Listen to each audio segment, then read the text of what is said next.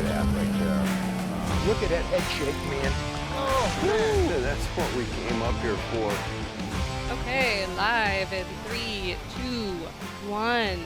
Well, welcome, Jason. Thanks for stopping by this morning. Super happy to be here, Jeremy. Thanks for the invitation, and always look forward to taking another trip up to visit you guys. Yeah, well, we always have interesting conversations when we get together, and usually it's not over coffee. Right, right. True enough. Yeah. Yeah, but we'll have some clarity here in this conversation with our Joe this morning. So you're up in the area right now doing some training for Humminbird. So why don't you give us a little background about who you are, what you do, and then what your purpose is on this mission. Sure. So, Jeremy, as you know, my professional background has zero to do with fishing, right? So I have a Ph.D. in chemistry and have spent as my day job the last 28 years teaching chemistry at the University of Wisconsin system. So, when I think about that job, my role there is to take a very complicated subject, chemistry, break it down into small pieces so that 18 to 22-year-olds can learn it, apply it, take it on to the next level, things like that. But about 15 years ago, I had a chance to work on a product development project with our mutual friends over at Rapala. And so they were looking for someone with technical background and also understood fishing. So at that time, I was dabbling as a tournament angler and dabbling as a guide and sort of getting my toes wet in what it meant to be an angler on the professional side. And they reached out to me and gave me an opportunity to kind of work on this project, which you remember from years ago was called Trigger X. Yeah. So I spent 3 years or so working with them. Subsequent to that, I had a chance to step in with our friends at Johnson Outdoors, Humminbird and Minn Kota Cannon, Lake Master, and do something similar. And there, my role with them is primarily angler education, right? And if we think about what I do for my day job, take a complicated subject, break it down into small pieces so anybody can understand it. That's sort of what I do with respect to Humminbird and Minn Kota products, is take these complicated things, break them down into small pieces so that anybody can understand them, whether you're an 18 to 22-year-old and you're all fired up about forward-facing sonar, you want to go out there and spotlight those fish, or if you are at the other end of the age spectrum and you're retired and you've got your dream boat and you've got all this fancy electronics and gosh, I need to know how to do something other than turn them off and turn them on again. Yeah, how the hell does this work, right. Jason? Yeah. That's right. I think it's really neat what you're doing with jumping in a boat for somebody who just bought all of this technology. It's a big investment. And if you don't live this every day, it's overwhelming. It's overwhelming for sure. So when I started working with Humminbird, I actually formed my own company called the Technological Angler. My role in this company is to teach people how to leverage these, modern marine electronics to find and catch more fish. And so what I do as part of that now is I do in the boat, on the water training with individuals who, as you said, have just made a big investment. One of the most common things I do in these sorts of training sessions is how do I find fish with side imaging? It has become for me, as I'm sure it is for lots of people, my primary fish finding tool. Side imaging is certainly awesome at identifying structure. We can drive around any area lake, go, oh, look, there's a great rock pile over there, and there's a beautiful weed bed, and maybe a fallen tree, and there's some bluegill beds, and don't they look cool, right?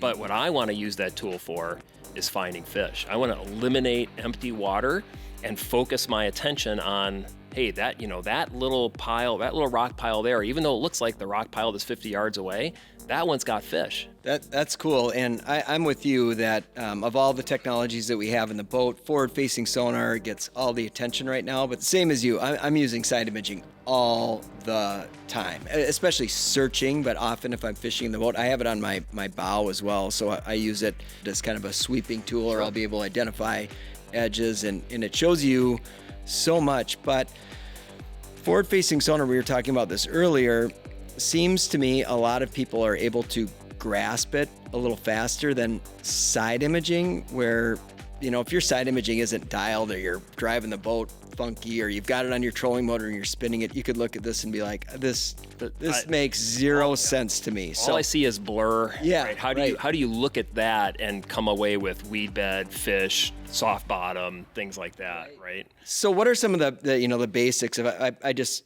got a new Explorer unit. I've got my transducer down there. What should I start with here? So, let's begin with boat control, right? Because that's a big part of the equation. And as we try to collect the highest detail side images possible, I pretty much want to drive in a straight line, and I pretty much want to drive my boat's idle speed.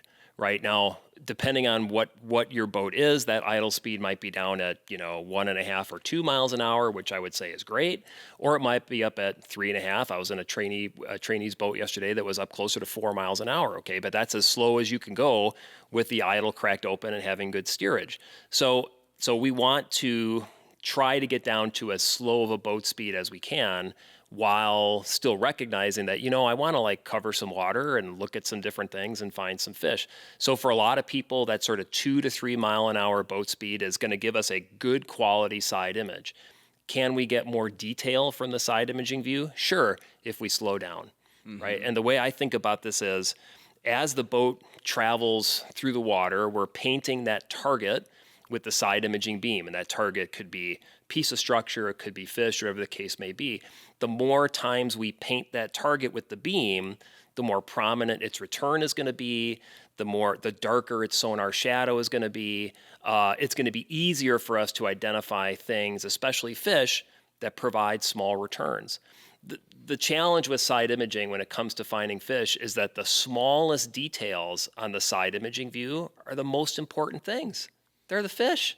I mean, the units are called fish finders, right? But those fish, what we need to recognize that the fish are the smallest details on the screen. And so everything I do, from picking a unit to installing the transducer to providing the power to running the cables to controlling my boat to dialing in my settings, all those things are dedicated to how do I maximize detail on the screen, because the smallest details are the most important things. Yeah, I couldn't agree more. We could totally dive into rigging and power and why cabling and all that stuff, but let's do a couple examples. One where we're looking at soft bottom, mud, sand, something like that, more mud, and then looking at hard bottom, gravel, rock. Like, how do settings change? And settings meaning, maybe we could talk about range. We could talk about the contrast, sensitivity, and go into those. Yeah, perfect. So let's talk about range first, because if there's one universal for me, it's probably that side imaging range. Side imaging range, of course, is the distance that we're looking to the left and the right of the boat. So when we say a range of 100 feet, we're really talking 100 feet to the left and 100 feet to the right. Now, what I would say is that for the mega imaging frequency, right? So the Humminbird mega imaging frequency is 1.2 megahertz, is the highest available frequency that we have. That highest frequency gives us the best resolution and target separation. And so this, for me, that frequency choice is kind of the first thing I'm going to do. I'm going to dial in my frequency. That's going to dictate a lot of the things that come downstream from there. And out of the box, it's preset to mega. Preset to mega. Yeah. That's right. Once I have made my frequency selection, now I'll start thinking about range.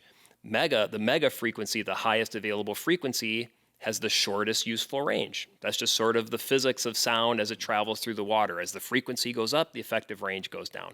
So for mega imaging, my maximum range might be 100 feet, something like that. So that's obviously 100 feet left and right. I'm still covering a lot of water as I'm driving the boat in a straight line at my idle speed. Now, I will get more detail if I tighten that range up a little bit. So while 100 feet might be good for sort of scouting around, hey, I'm going to run down this brake line and kind of see what's there. Oh, but as I'm proceeding down the brake line, there's a little isolated weed patch, there's a little rock pile. Something maybe looks a little fishy around one of those things, and so I want to get a closer look. I might take a second pass with the boat closer to that object and a shorter side imaging range, maybe down to 60 feet or something like that. Because now I'm going to take 60 feet worth of data and spread it out over my horizontal pixels on my display, rather than compressing 100 feet of data into the same number of horizontal pixels, right? So that allows me to see more detail. That's a good little trick you can use, especially as you're making that first pass and you think, something looks interesting over there. I want more detail. Okay, great. How do we get more detail? Drive slower, tighten up your range, take a closer look at that thing, right? So range is important and something that can really influence the amount of detail we see. Then we've got settings like sensitivity and contrast, right? There's a whole library of things we could select from, but those are kind of the big two, if you will. Sensitivity, I think about the setting that controls the overall brightness of everything on the display. Okay, so as we increase our sensitivity, everything gets uniformly brighter. As we decrease our sensitivity, everything gets universally darker, right? I want to use enough sensitivity to see detail on the edges of my range, okay?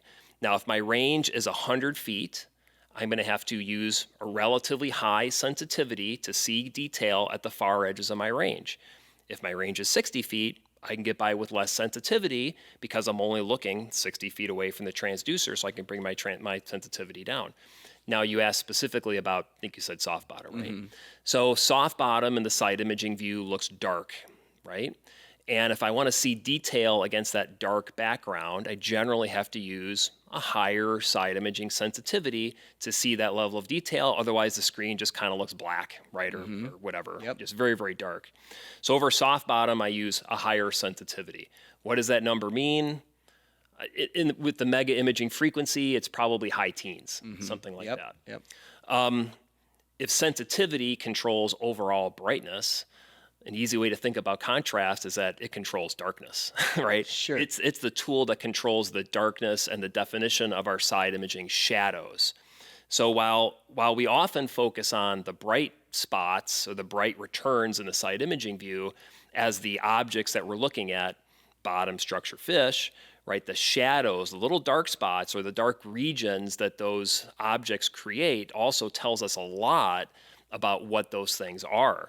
So a tall weed, for example, that's growing, it's in 10 feet of water, it's growing up to within a foot or two of the surface, like the cabbage that's sort of cropping up right now, right? Those tall weeds cast long sonar shadows. And so when I look at my side imaging view, I see a big dark streak coming away from the bright weed return, right? So that tells me, oh, that's a tall weed over there. As I motor on, maybe I see some other weeds that have the right primary returns, the right bright spots, but their shadows are much shorter. So now I can distinguish just by looking at the side imaging view and looking at those shadows, hey, here's tall weeds, here's small weeds, right? And I get that information by looking at the shadows, and I control the darkness of the shadows with the contrast tool. So what is a typical contrast that I might use? Well, it's a little bit harder question to answer than sensitivity, where I might say high sensitivity for soft bottom, low sensitivity for hard bottom. I'm probably going to dial that in on a case-by-case basis, because I want to look at the darkness of my side imaging shadows and make sure that those shadows are dark, crisp, have really good edges. Why am I interested in that?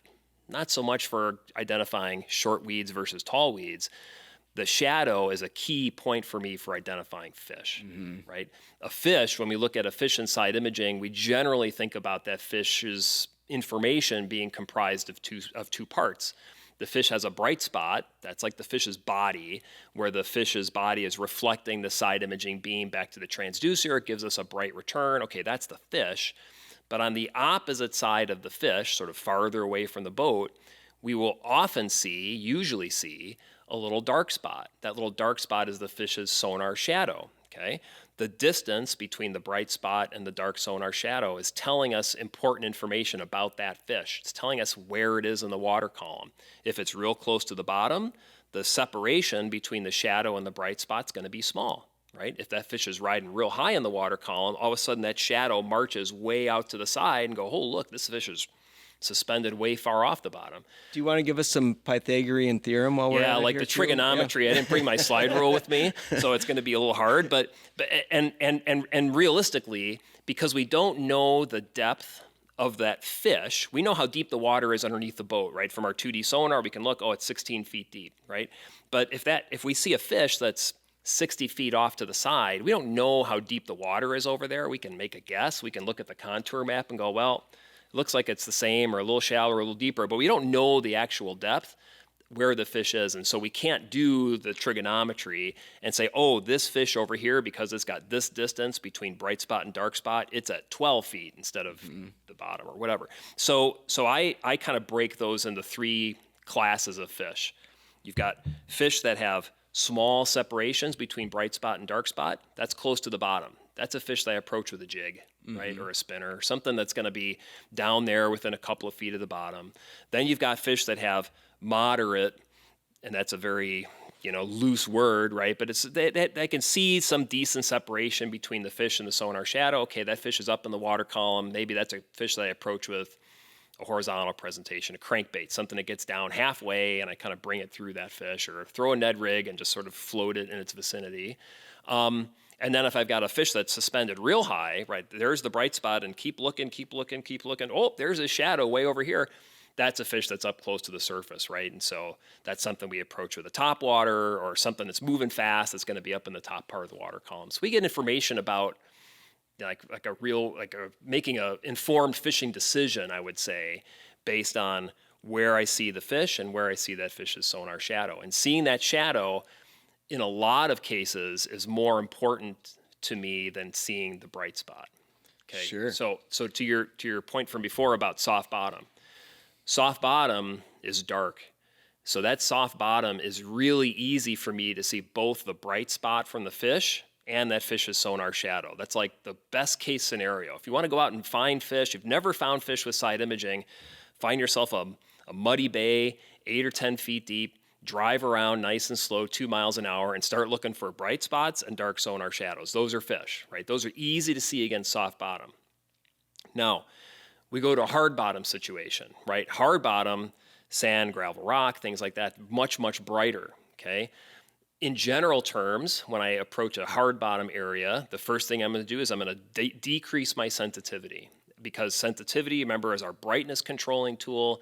I dial down my sensitivity, because if I don't, when I look at that hard bottom area, everything is just washed out. It's like, holy cow, it's super bright, and I don't see any more definition. But if I bring the sensitivity down, now I start to see, oh, there's the bottom undulations, there's some rocks, there's some weeds over there, but I got to pull my sensitivity down so I don't wash away all that detail. The issue with bottom composition is this. It's how much of the sonar beam is being reflected back to the transducer by the bottom, right? So hard bottom is a very reflective surface, like the tabletop, right? And so it's really good at reflecting the sound energy back to the transducer, and the more energy that goes back to the transducer, the brighter that thing is going to be, right? So hard bottom is real bright.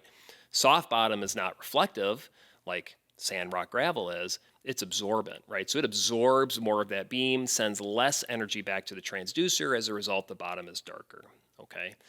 Now, over hard bottom, we said we want to decrease our sensitivity so we don't wash away the detail. The wrinkle with hard bottom has to do with how we identify fish, because a lot of times the bright spot that I came to rely on when I find fish over soft bottom, boy, it can be real hard to see that bright spot, right? Because the relative brightness of the bottom just allows that bright little speck, those few pixels that are a little brighter than the rest, to kind of just blend in and get washed away. And so if I can't see the bright spot nearly as well as I can over soft bottom, I got to rely on the shadow, right? And so even though I might not see the bright spot from the fish, on the opposite side of the fish relative to the boat is going to be a dark spot, that fish's sonar shadow. And over hard bottom, that little dark shadowy area, the right thing that looks like a dot or a football, kind of an oblong thing, boy, it sticks out like a sore thumb. So when I work with people in the boat, what I tell them is that, look, if you're over hard bottom and it looks like somebody sprinkled pepper all over the graph, that pepper, those little pepper flakes, those are shadows from fish. And if I look at a shadow and I don't see a bright spot connected to it, like a rock or a tree or a weed or whatever, then there's only one way to explain the presence of that little dark circle. And that is that a fish is is somewhere in the water column between the boat and that shadow. That fish has blocked the sonar beam and created a shadow over here. The fish isn't where the shadow is. The fish is somewhere between the boat and that shadow. And I kind of start looking for, okay, is there a particularly bright region where that fish's bright sonar return might be masked? He's probably in there, right? But the shadows are all I need to see. Yeah. And so how are you playing with contrast then in that hard bottom?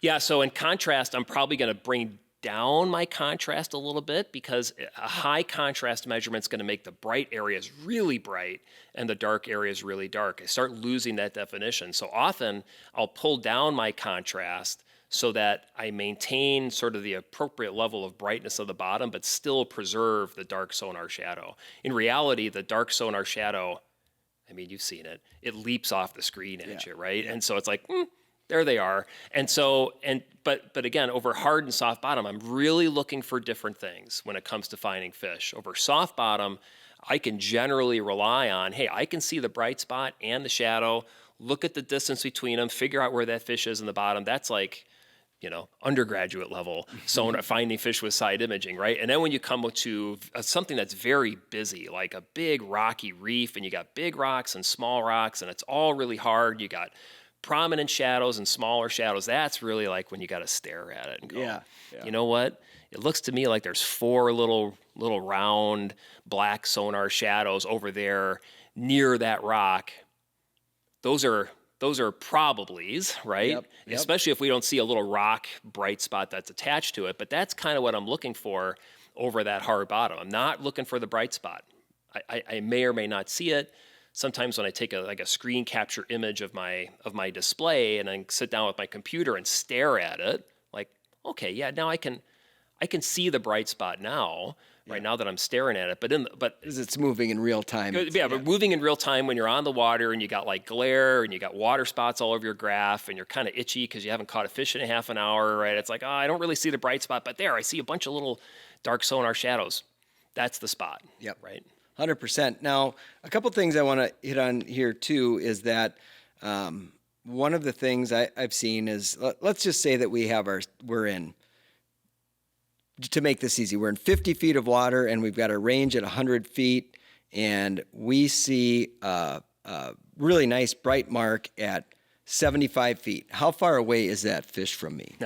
That's a good question. So the thing we have to recognize when we think about range in side imaging is that while we often perceive that the side imaging range is entirely like a lateral distance, a side-to-side distance, what that range is, your fish is at 75 feet, that fish is 75 feet away from the transducer. But that distance from the transducer, if we start thinking about a triangle, right? That distance from the transducer would be like the hypotenuse of the triangle. And that distance is going to have a horizontal, a lateral component, and a vertical or a depth component, right? The deeper that fish is, the closer to the boat it actually is relative to what you think by looking at a 75-foot side imaging range, right? Let's go to the other extreme. So if that fish is at the surface that has a 0 vertical contribution, then he is exactly 75 feet off to the side, right? That distance, that 75-foot range, has an entirely lateral or horizontal component because that fish is sitting on the surface. So 75 feet over is where that fish is. Now, if I take that 75-foot distance and I allow it to start to pivot, because that fish is getting deeper in the water column, I still have the same total 75-foot distance from transducer to fish, but now, as that fish moves deeper, it's actually coming closer to the boat, right? Because that 75-foot distance has a depth component that's non-zero because he's no longer sitting up there at the surface. So in deep water, when we see a fish in side imaging, we almost have to think about the old adage that objects in the mirror are closer than they appear. So when we see that bright spot out at 75 feet, we have to recognize that that's certainly the maximum lateral distance it could be if that fish was sitting real high in the water column. So How do we know that? Well, we look for a shadow. Where's the shadow? Is the shadow really close to the fish, or is the shadow really far away? The farther away the shadow is, the higher the fish is in the water column. Now maybe I've got a purely or a mostly lateral distance, right? But if I can see the fish's shadow, maybe I can, maybe I can't, and that shadow is close to the fish, now that fish is deeper in the water column, and so that 75-foot range means the fish is actually substantially closer. And again, right now we got to sort of think about sines and cosines and tangents here to sort of sort it all out, but in reality, the fish is always going to be closer than you would think to the boat relative to its side imaging range. Does that make sense? Yeah, it makes perfect sense. Yeah, and that's what you often see is that, oh, there's fish, 75 feet over that way. So you bomb at 100 and you're deep. You're like, no, it's probably just a short foot. Just flip it out, Yep, right? Yep. that's So right. see people make that mistake often. We can keep going on side imaging, but two more things I want to bring up. One is the when you're talking about tightening up the range, I think there's a couple things that you can do. A lot of people, when they're looking at side imaging, are going to either run two transducers, or they'll have one, and they're looking both left and right. And if you're looking 100 feet left and right, and you change your range to 60 feet, that's great. You are getting more information, but you can do other things like, say, if I'm just interested in the left side, right, I can get more information by just selecting to look at the side in which I have interest. Yeah, no, that's a good point. So by default, the units are configured to display side imaging returns from both sides of the boat. But frequently, let's imagine you want to run down the bank for largemouth, or if you want to just sort of focus on a weed line or a weed edge and not really worry about what's on the other side of the boat, then it's really easy to just select for one side or the other, the side that you're interested in. And the benefit of that is that now we're taking, let's just use 100 feet. Instead of taking 100 feet of data and compressing it into half of my display's horizontal pixels, now I take that same amount of information and spread it out over twice as many pixels. What is the advantage that I get?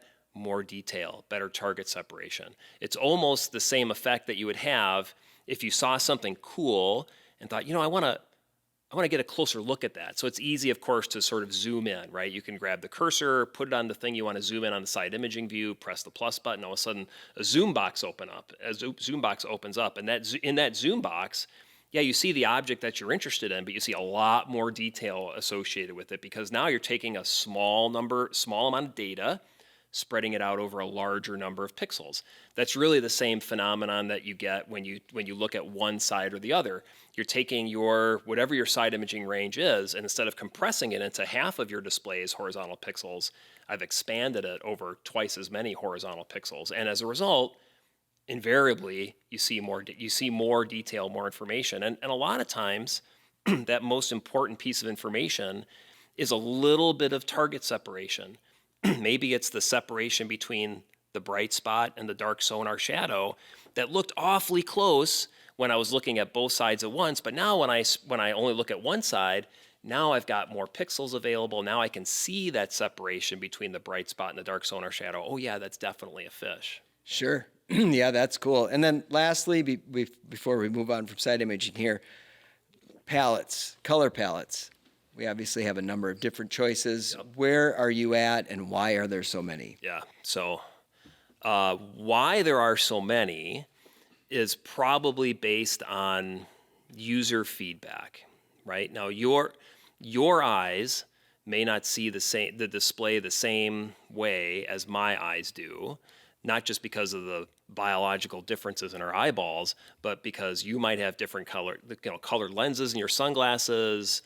Different sky conditions might contribute to, different visibility in terms of seeing things on the screen. So I think that's why there's the variety that we have to accommodate different kinds of sunglasses, different kinds of sky conditions. In terms of which is the best, I would say that all the color palettes are good as long as they're blue. I have a strong preference for the blue color palette. And part of that might be historical in that, when I started working with Humminbird, the first time you looked at a side imaging unit 15 years ago, whenever they were first introduced, they were all kind of pre-configured to display the blue color palette. Mm-hmm. So I kind of cut my teeth learned how to interpret the side imaging view using the blue color palette. I do think that there is a benefit for using blue beyond just my like historical preference for it, and that is that it is a lower contrast, dimmer color palette than many of the other color palettes. The other one that is often used, and I think is now used by default, is the amber color palette. It's like real bright yellow, right? That is used, or that is set by default because that real bright color palette is awesome at cutting through glare from the sun. Sure. With amber, however, it's the number 2 color palette in the current operating system.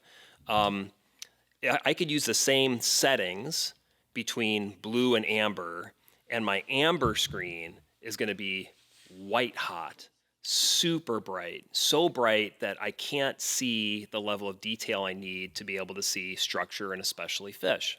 On the other hand, the blue color palette is, I don't know the exact way to describe it. It's softer, it's lower contrast, it's a little dimmer.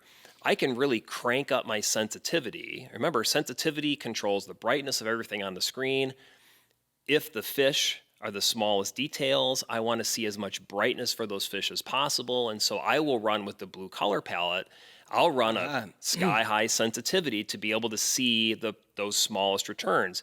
And over kind of normal bottom conditions, I'm not going to wash out that kind of close to the boat, low range area and have it just be 2 stripes of white, right? Sure, I want to avoid that because I want to see detail at the far end, but I also want to see the stuff that's close to the boat because that's just a quick flip if I want to go and try to catch a fish that's there, right? So I use blue because it allows me to use the highest available sensitivity to see the smallest details without washing away the detail in that close to the boat area.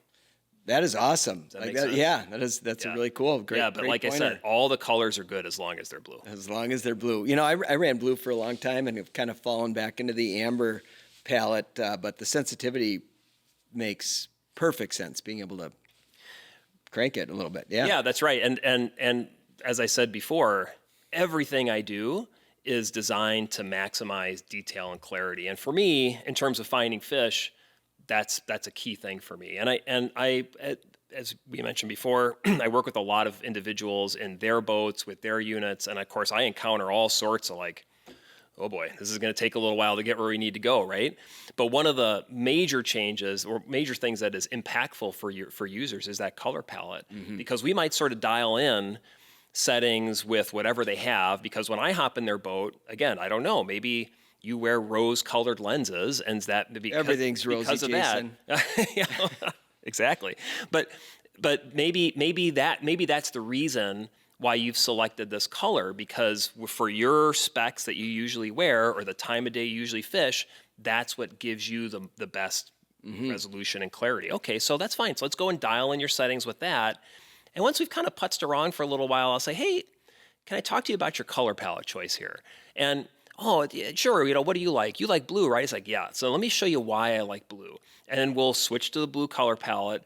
We'll make a few little, say, fine-tuning adjustments, because the settings, sensitivity, contrast, they don't necessarily translate directly from one color palette to another. When we switch colors, just like when we change frequencies, I'm going to need to go in and do a little bit of adjustment to optimize my image. So I'll go and re-optimize my image with blue, and then we'll start driving around. And for me, and for a lot of the people I work with, that blue just makes the fish pop better.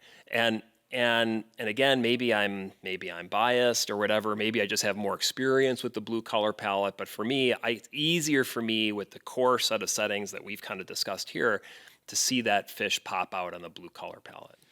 Yeah, man, that is awesome stuff. And side imaging, again, if people are not using side imaging, you should. This is like, well, Ph.D. level side imaging information, and it is an immensely helpful tool.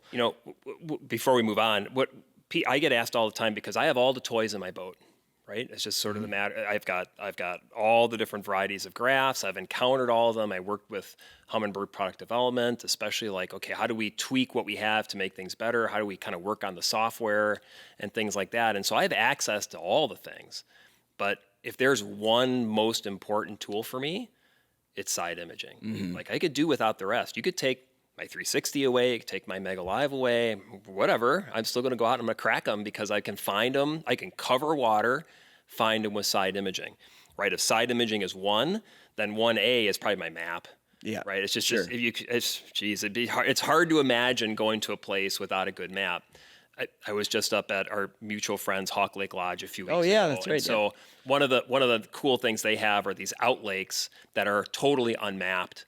And so when I was going to take a hike back into one of these out lakes, I thought, well, I'm not going in there without my side imaging, right? So I had a Helix 9 rigged up on an ice, an ice shuttle or whatever, a lithium battery. I kind of hiked that thing back into the bush. And while I was on this lake, I've got the advantage of, okay, I've got side imaging, so now I can cruise this shoreline. Oh, there's a bunch of fish. There's a bunch of fish. And of course, while I'm doing it, I'm creating my own map using AutoChart Live, right? And so that combination of not only knowing how deep the water is, but being able to see the bottom topography, those Canadian Shield lakes. Oh, geez, there's a big reef that's sticking up out of 80 feet of water, and look, it's covered with fish. Gee, I wonder what those are. I should go try to catch a couple of them, right? But those are the two things that are for me 1 and 1A, side imaging and the map. Sure. And who knows, maybe they're a horse apiece in terms of how important they are. Everything else is a bonus, and everything else has its sort of time and place and application and instances when I would like really not want to be without that tool. But for my day-to-day angling, whether it's walleyes, crappies, bass, muskie, pike, whatever, it's going to be side imaging is going to be the most important thing. Yeah, it's interesting and how you got your boat set up and you're bringing up these presets on what you want. And I used to kind of set the presets up to be like, oh, I definitely, okay, on this one I want side imaging and I want 2D and I want down imaging here and I want split screen. Like, oh, I feel like I don't have enough quick options because I want all this information. And anymore, it seems like my back unit, obviously there's cases for all of the technology, but this one side imaging, this one is map. Like, I kind of just use those all the time, unless it's a vertical fishing situation or high speed looking for something. But it really is like, to your point, 2 screens. I'm relying all the time in the back on those 2 things. And you're right. There's a time and place for those down looking techniques. Like when I was up north, we were lake trout fishing. Sure, right? yeah. There's nothing more fun than vertical jigging trout in 100 feet of water. Yeah, and 2D sonar is spectacular for it. Screaming up for that. But day in and day out, the places where I fish, places where we fish, right? It's side imaging and chart. And so I've got 2 screens at my console. I've got a tiller, right? So at my console, I've got 1 screen that's a full-time chart. I don't want to have to flip screens, press the view and exit keys like we used to have to do on an old Helix or whatever to kind of rotate through to where, or use a preset button, rotate through to where that chart is. I want to see it all the time, know how my boat is oriented relative to contour lines, waypoints, things like that. And then what's the other thing that's open on my other screen? I got a big Apex 13, side imaging. Right. And I might pop out of that every once in a while if I see that I've run something over in side imaging. It kind of appears in that dark water column stripe right beneath the boat, and I go, oh, okay, I wonder what that thing is. Hop over to down imaging. Oh, it's whatever. It's 4 rocks. Okay, let's move on here, right? But then immediately I'm just back to side imaging here. Here's this weed line. Here I'm going to drop some waypoints on that weed line. Here's a couple fish that are cruising around. Here's some rocks over here. Great. I've just diagnosed everything that's happening in this 500-yard stretch of water by doing nothing more than cracking open the throttle and driving in a straight line. Yep. I mean, anybody can do it. And that level of information is within everybody's reach once we get a decent collection of settings, kind of like we've talked about, and know what we're looking for, right? And spend some time as an investment in your own fishing success by just like working with that graph every now and then, right? Yeah. And maybe not right when you hop in the boat, because when you hop in the boat first thing in the morning, kind of itchy. You got to go jack a couple fish to like get it out of your system, right? Yep. But eventually the fish stop biting or whatever, the wind switches and it's time to eat a sandwich. And so, so great. During that little half-hour regroup time, or you got to check your messages, whatever, during that time, putz around and look at things with side imaging. Because the more varied situations that you encounter, the more different ways you apply that tool in shallow water, deep water, soft bottom, hard bottom, weeds, rocks, timber, cribs, whatever the case may be, right? The more variety you use to look at things, the easier it becomes to interpret what you're seeing, and the more times you're going to think, geez, there's fish. There's fish over there. I kind of didn't expect that. Maybe I should go like catch a couple and see what that's all about. Yeah, man. So that is great information. And the one thing I definitely want people to take away from this is that it's not get your side imaging set up and like you're good to go. Adjustments, people ask this all the time. I think I've got my side imaging set up. Well, it might be set up for that spot, but this spot 100 yards over here, it's not necessarily set up for that. Right. So be mindful of that. Yeah, and we have to be willing to spend some time pressing the buttons. Yep. Because even when I hop out of somebody's boat after doing a 2-hour side imaging marathon session, we are going to like pick this thing apart and look at all the settings and talk about when I make these changes and whatever. And I can see it. People are like, okay, well now I've got it. I've got it just exactly where I want it. I'm not going to touch anything. And my message is there. No. You've got it dialed in for this lake, this bottom composition where we just came from, this water chemistry, this water quality, right? We were talking before we started about like June being the nightmare month where you've got algae blooms and tree pollen and all that, and maybe you've had a big runoff, and so there's a bunch of sediment in the water. It's like all those things are very impactful on your side imaging view, in addition to things like what's the water depth, what's the bottom composition, hard, soft, things like that, right? And so you have to be willing to say, okay, this is good for now. Now let me make some targeted adjustments based on the conditions that I'm under right now, because what the appropriate settings, to your point, that work in one bottom depth, composition, whatever, are not necessarily going to be directly applicable to another. But the image quality we can expect under a wide range of conditions is, I would say, fairly nominal, right? It's like we should be able to get a really good image in shallow hard bottom, just as we should be able to get a really good image in deep soft bottom, or whatever the case may be, if we're willing to go in and just, toy with some key settings. And the key settings are really sensitivity and contrast. And there's other things we could do, but if all I had the ability to do was adjust frequency, range, sensitivity, and contrast, I got it. I can sort out the rest from there. Yeah, yep. And I always tell people, just push buttons, whatever. Push buttons. If everything goes haywire and you're completely confused, you can hit restore defaults. It's not going to nuke your waypoints. It's not going to, any of your nav data is still going to be there. It's just back to when you bought it. Back to 10, 10, 10, across the board. Okay, now I'm going to start making some adjustments from there, right? It's not the world's worst idea to jot down kind of your key settings in, if people still keep fishing logs this day, you put it in your fishing log, right? Jot it down in your phone. A lot of the guys that I train with will have their notes app open in their phone and go, okay, what are the key things I need for hard bottom? What are the key things I need for soft bottom? I'll just rattle them off. Here, this is what I would do. These are the kind of adjustments that you should be thinking about. And more importantly, here's why. Mm-hmm. Here's why that's going to make a big difference, right? And then when you're out there in the boat with somebody, or you're out there on your own pushing buttons, right? Just make those adjustments and see the impact for yourself. Oh, geez, if I'm over hard bottom, if I overshoot on my sensitivity, it's like I'm staring into the sun, right? It's just way too bright and I've lost all my detail. Okay, so how do we fix that? Pull back on the sensitivity. I go out there into the deep basin where I got the 40 feet of mud and everything looks dark. Okay, we got to increase our sensitivity to be able to see detail out there. And so just to your point, just experimenting in that respect when there's nothing on the line. Mm-hmm. I'm not trying to go catch fish because I caught a bunch this morning. I scratched that itch. Okay, that's good. And I'm not trying to put a fish fry on the table, and I'm not fishing with my kid or my grandkid or something like that. So the pressure's off. So if the pressure's off, let's try to learn something. Yeah, and you're not going to break anything by pushing your. No. It's exactly. Not like the thing's going to melt and smoke. Restore defaults, right? As you said before, restore factory defaults.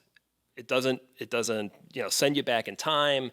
It doesn't destroy all your valuable waypoints, navigational data, but it takes all those settings that you've been tinkering with and just brings them right back in the middle of the scale, and you can start fresh from there.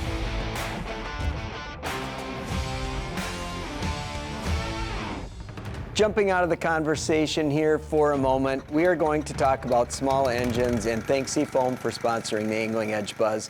Now, a lot of your small engines, of course, sit for long periods of time without use. And I'm going to give you a little tip that I've been doing for the last 10 years, and this honestly works. So this is your lawnmower, chainsaw, leaf blower, whatever it is. When you're done using it, run it out of gas and just add a few ounces of seafoam to the tank, then start the engine.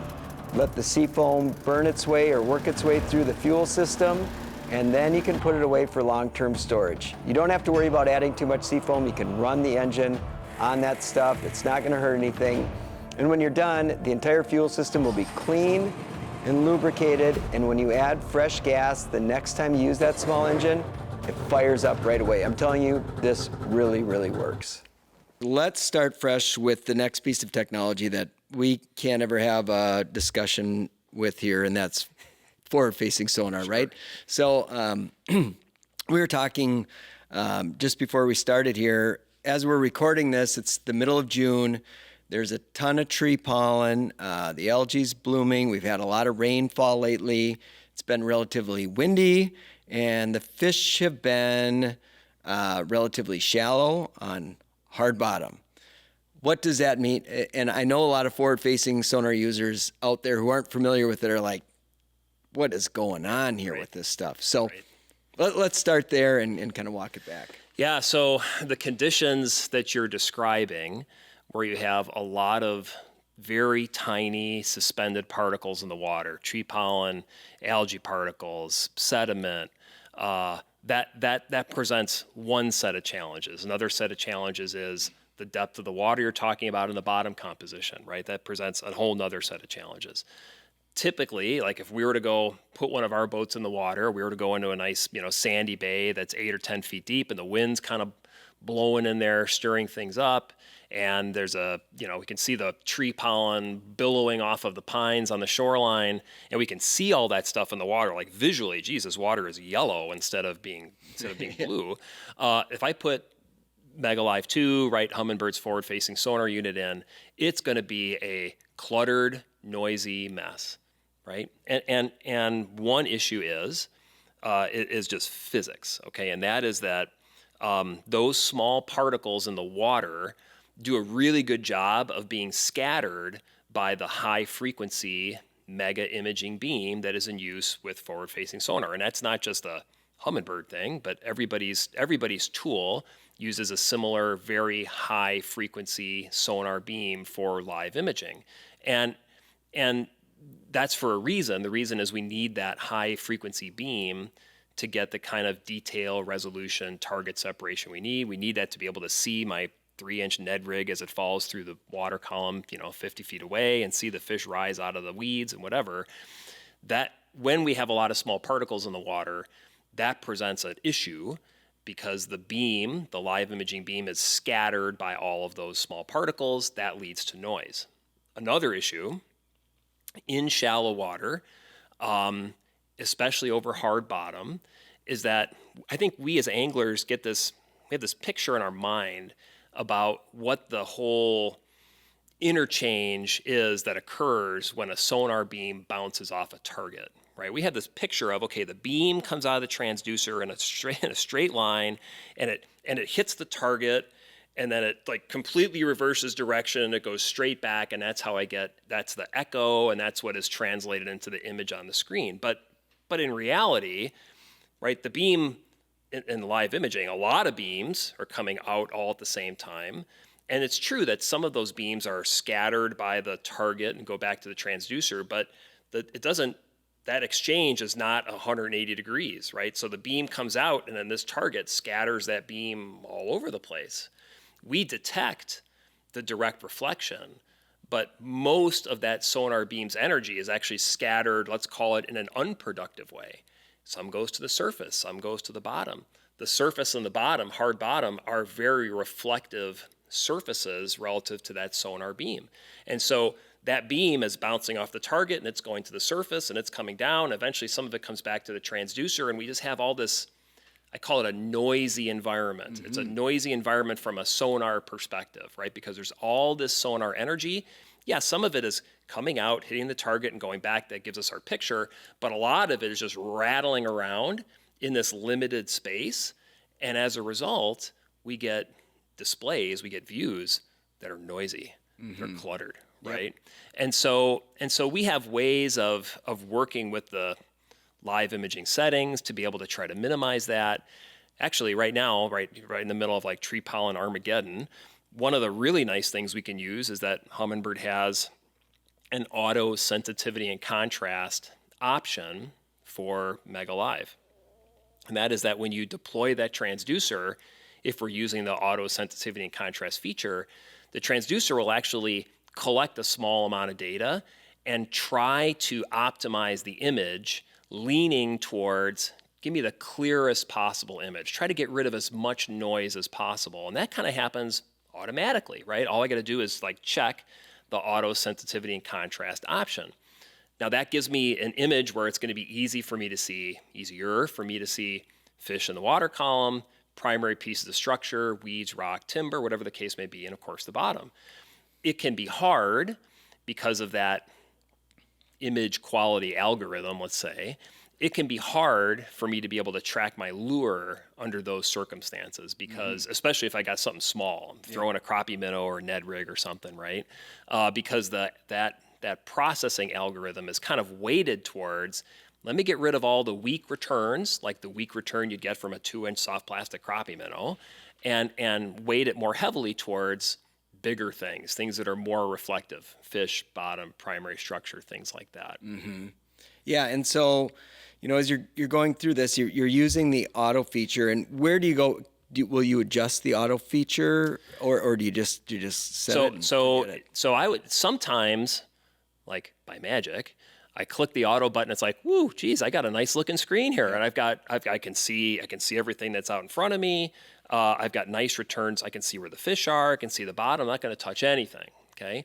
When we use that auto sensitivity and contrast feature, we do have the opportunity to make what are called sensitivity and contrast offsets. So that means like take the base setting, whatever the automatic algorithm has determined, and I want to make some tweaks to it, right? Not like giant leaps of faith, but instead, okay, let me increase my sensitivity a little bit. If I increase my sensitivity, I'm going to start to see more noise and clutter. Sometimes that can help me when I'm trying to track my lure, especially if it's a small one. When I've gone through that process of using auto sensitivity and contrast, if it still seems like, you know what, it's still a little noisy, I'd kind of like a little cleaner display. Then I can increase my contrast.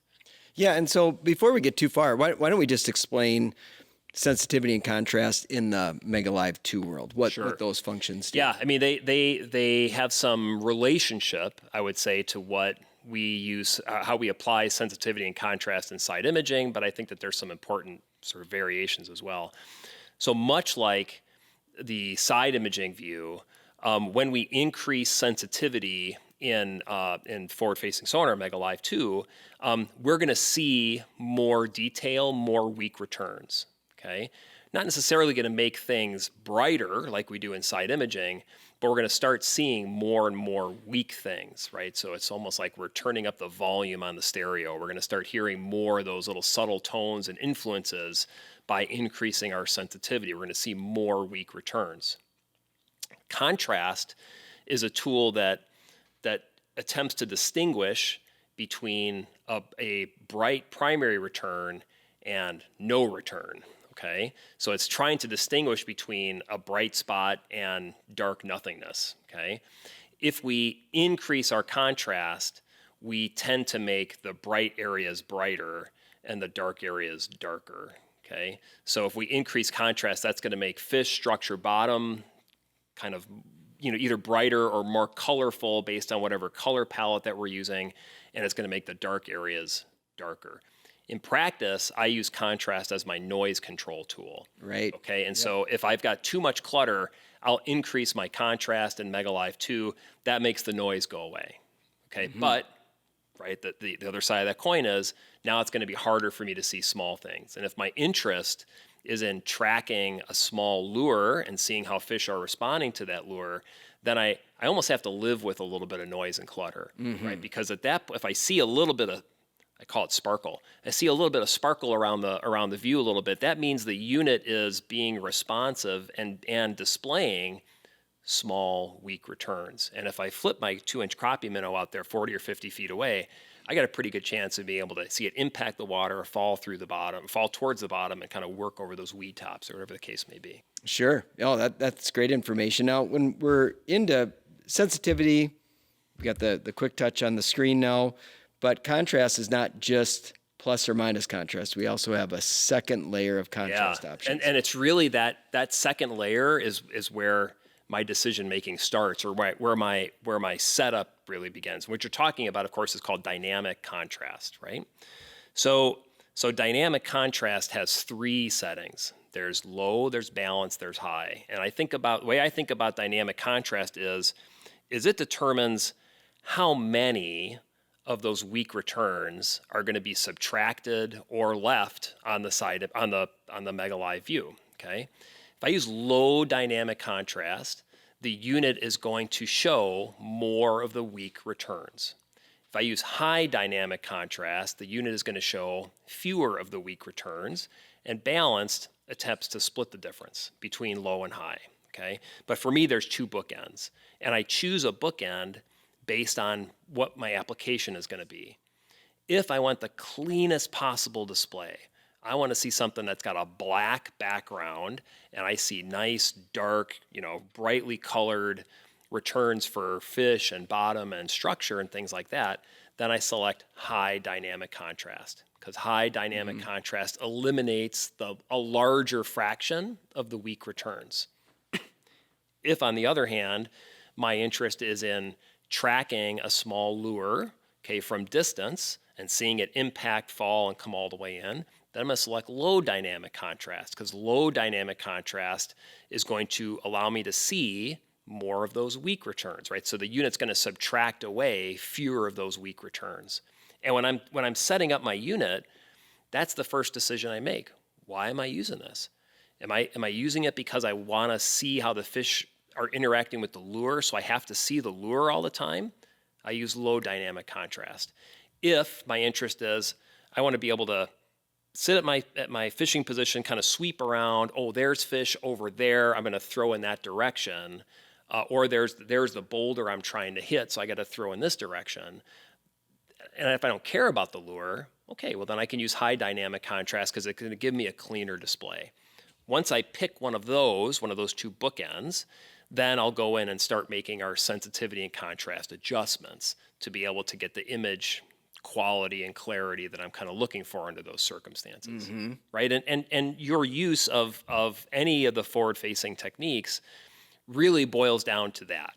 Do I want the cleanest possible display so I can see where things are with the minimum amount of clutter, or do I want to be able to track my lure in real time and see how the fish are interacting with it? And so for me, that sort of, in that decision-making tree, right, the first setting I adjust based on which way I go, left or right, is going to be to the dynamic contrast. Then I'll go in and I'll play with sensitivity and contrast to kind of clean up my image, use enough sensitivity to see my lure, use enough contrast to get rid of some noise. Okay, perfect. Now let's go.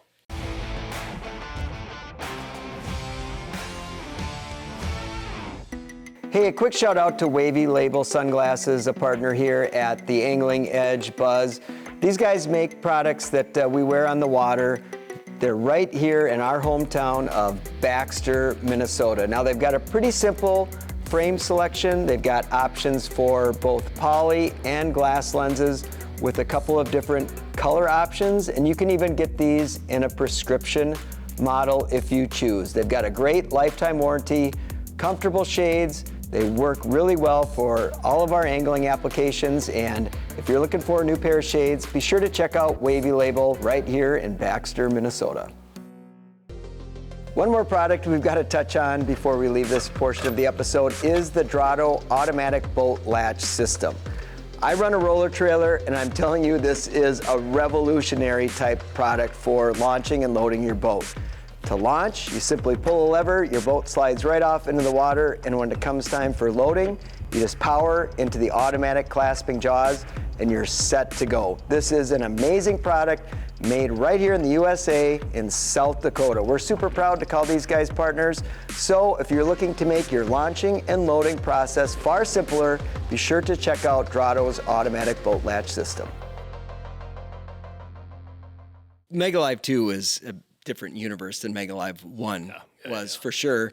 And so you can lure track with this product for sure. For sure. Like, however, I think a lot of people get caught up in forward-facing sonar, like thinking, I need to use this technology to see my lure, to see the fish, to interact with the fish. And there are circumstances, suspended fish, whatever, where, of course, that sharpshooting deal, it's really a thing. However, there are tons and tons of applications, and this may depend on how you have your transducer mounted, whether it's on your trolling motor or a pole, where, to your point, like really all I care about, I'm working down this shoreline here, and I have it on my trolling motor. I might need to be bow into the wind, so I'm giving it some power, quick sweep, left, right. Oh, there's like 6 fish over there, whatever, 9 o'clock. I'm going to go back to powering into the wind, or I'm going to spot lock. I don't necessarily care, especially if they're biting. Like I get over there. I catch them. Like that is a far more efficient means than being like, okay, there's 6 fish over there. I'm going to drift downwind. I'm going to get downwind of them. I'm going to position, so I'm casting into the wind so I could. That matters in certain situations, but often just there they are. Boom. Go. Like throw over there, right? Yep. And I don't and to your point, I don't need to see the precise movement of that lure from start to finish to be able to catch them if I know where they are, right? So for me, more often when I'm using forward-facing sonar, I'm using it to define where my target is on a cast-to-cast basis, right? Mm-hmm. Especially when you've got wind or current or other things that you're dealing with.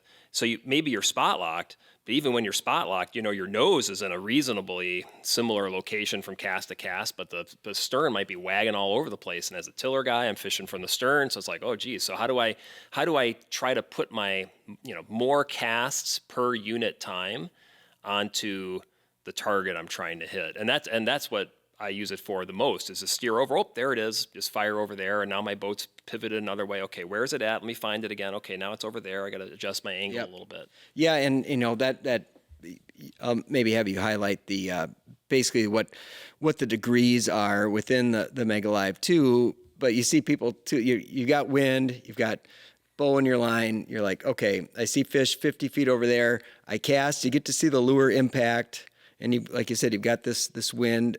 And then you go, okay, I lost my bait. Oh, there's a fish. Where's my bait? But, in reality, what can be happening is you really think that your bait is over here, but it might be over here. And now as the boat's swinging, the bait can just be weaving in and out of the beam. It's not that the technology is not showing you, because this happens with anybody of the technologies, that it just happens to be that it's not as easy as it may appear to keep a lure in the beam full time. It is. I would say it's hard. Right. In a real world fishing situation, that may be the hardest thing to do, right? So getting a collection of settings that allows us to see the lure is one thing, but keeping the lure in the beam from cast through the retrieve until you're pulling it out of the water is an entirely different thing. Part of the issue is that the forward-facing beam has a beam width of about 20 degrees, right? So it's real narrow at the transducer. It expands as it travels through the water column, but doesn't expand a lot. 20 degrees is not much, right? So we have a relatively narrow window that we have to keep the lure within from cast through the retrieve until we're pulling it out of the water to be able to see that whole exchange, right? So often when I'm teaching people to kind of do this, I say, what we're going to do is we're going to start small. I want you to just give me a little underhand lob here and land a boat length away from the transducer. Okay, now I can see the lure impact. It falls down. I retrieve it. Gradually work your way out to longer and longer cast until you're at the sort of, okay, bomb it out there as far as we can, right? Because now, when we bomb it out, the beam that's 70 or 80 feet away from the transducer gives us a bigger target to be able to land in, right? Because that beam has that 20-degree beam width. But as I'm retrieving the lure, almost invariably, it sneaks out of the beam. Hey, where did it go? Okay, I need to make a little beam adjustment. Now, I have my transducer mounted on a pole, right? So I can just reach over to the handle and do this on one that's on the trolling motor. Obviously, we just steer the motor and kind of look in that direction to be able to see it. But keeping that lure in the beam, even in, like I had yesterday, like flat, calm conditions where like nothing's happening, it can be challenging. But now you factor in, okay, what about the wind? How does the lure, when it impacts, how does it actually go down in the water?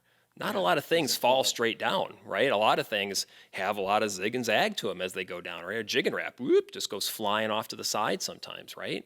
Of course, we can learn about that by looking at our forward-facing sonar return and go, oh, look, like, so for example, when I was up in Canada, up at Hawk Lake Lodge, I was vertical jigging with tubes for lake trout, and I had Mega Live 2 pointing straight down. And what I didn't appreciate until then is that when my tube fell through the water, it was corkscrewing, right, all the way down. And I kind of had this picture in my mind of, oh, okay, I open up the bail, whoop, the thing goes straight down, and on your 2D view, if you're tracking that lure, you can see it kind of going straight down. But because it's a lower frequency beam with lower resolution, we don't really see that it's doing this all the way down, right? Sure. So now apply that to a situation where we're flipping a worm or whatever the case may be, whatever, we're throwing a bait to a target that we're trying to catch with forward-facing sonar. We throw that bait over there. It may or may not fall straight down. It could easily fall in a path that pulls it out of the beam. So we see it impact, and now, oh, I lost it. Why did I lose it? Well, just give yourself a little adjustment there. Maybe you'll be able to see it better. Now you factor in the wind, right? The wind is blowing your line. That line is pulling that lure from that original plane that it was falling within. You got to steer the beam. You got to kind of stay on it, right?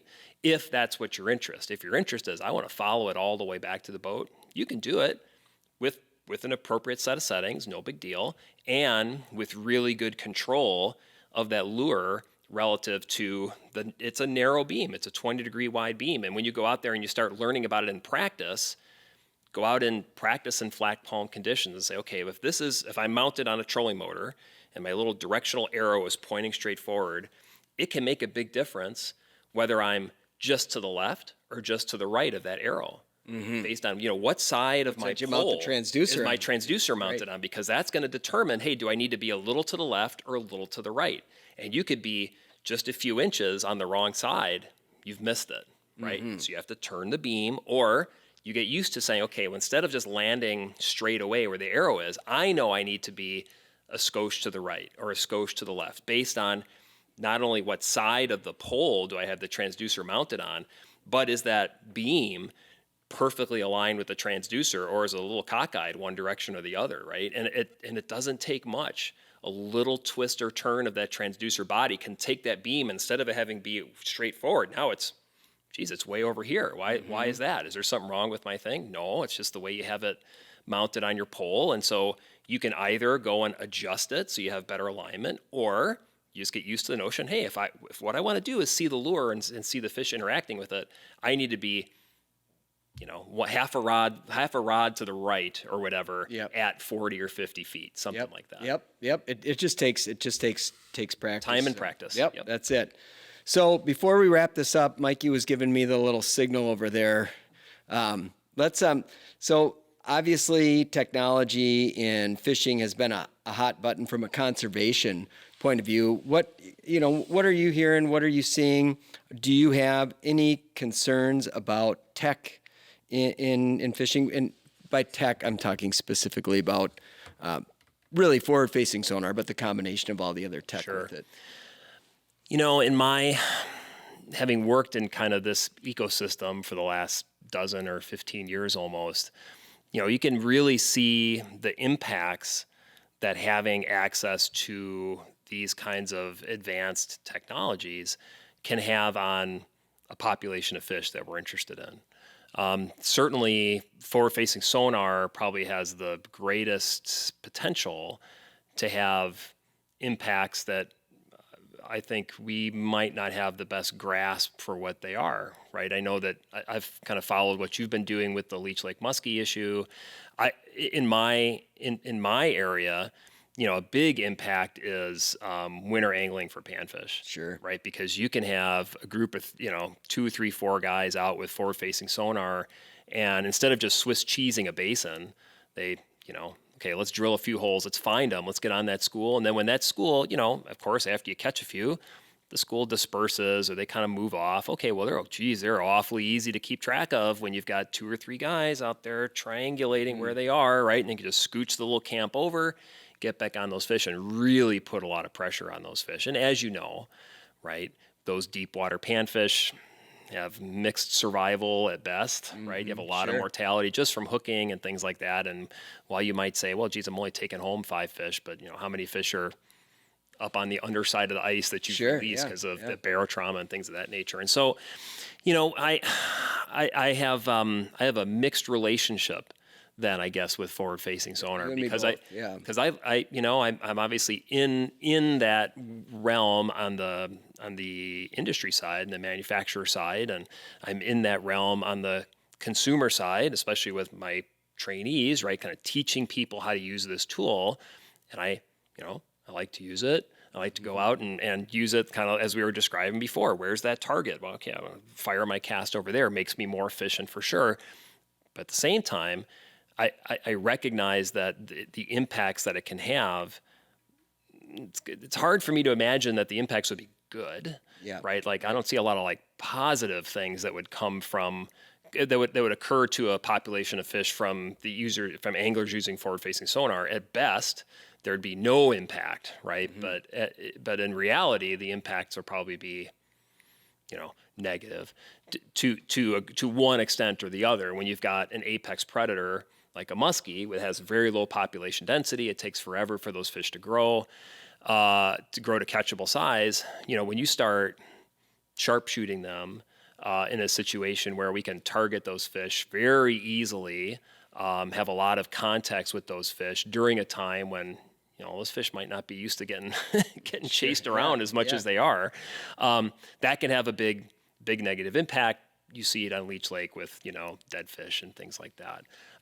So for me, I try to instill in people that I work with, whether that's people that I train, people that interact with Technological Angler online, social media, whatever, the notion that, we need to recognize the impacts that we have and not just like brush them under the carpet or say, well, I'm just one person. And so it'll all work out. I mean, whatever, there's guys going out and catching a bucket of crappies. And so how can what I'm doing be any worse than what these other guys are doing or whatever? And I just think it's important for us as users, to take a step back and recognize that, geez, this is a different animal than scouting around with my side imaging beam and going, hey, I'm going to drop a waypoint on those fish and then motor back around and try to catch those fish. This is entirely different. It is, yeah. It fundamentally changes fishing, right? I mean,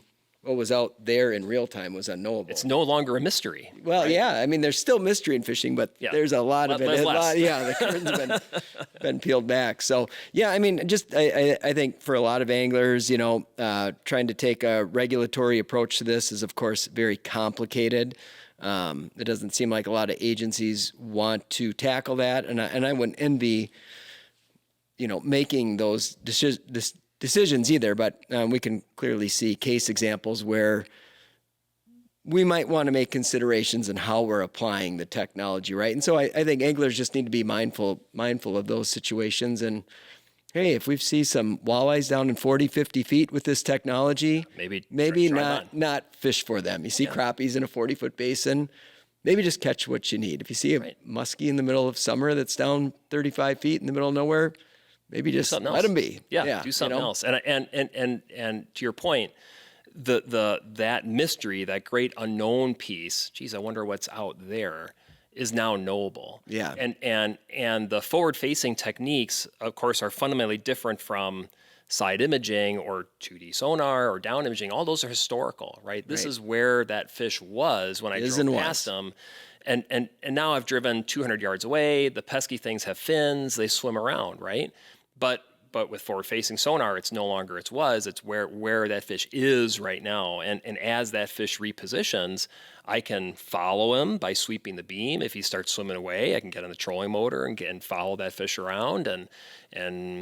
I've seen the impact of that from fish small to big, right? I can be 50 or 60 feet away from a school of crappies on a weed edge, and if I stay that distance, I can pretty much just fish them like normal. Like they're not gonna scoot around or anything like that. I mean, after I catch a few, they might disperse. But if I pull in closer, 30 or 40 feet, all of a sudden those fish start changing. Their behavior changes, right? Mm-hmm. And for me, that number is 40 feet. If I get closer than 40 feet, those fish are going to feel me. Now, are they feeling the forward-facing beam? I don't know. I don't think so, but there's something that they're aware of, yeah. Right? They're aware of, and maybe that's just boat noise. Maybe that's me stomping around on a compartment, right? Mm-hmm. Fish are more sensitive to low frequency noise than high frequency, but nevertheless, if I pull up on a group of fish and I get to within 40 or so feet of them, it's like, hey, where'd they go? Yep. Right? Yeah, you see it. So there's something happening there. So the difference, to your point, is it's with a traditional technique, right? Side imaging, down imaging, 360 imaging, that's where the fish was. With forward-facing sonar, that's where the fish is. And so I need to be cognizant of the pressure I put on those fish, because now they don't have the ability to escape me as efficiently by swimming away, because I can follow them, and I can see what direction did they go. Let's go over and sort of stay on those fish if that's what I've determined I need to do. Well, cool, Jason. Really appreciate every conversation we get to have. It's always enjoyable. I learn something every time. And check out the Technological Angler. And hey, if you want to get better at using your electronics, here's your guy. Training is the key. Yeah, man. Well, thanks a lot for coming. We appreciate you guys watching.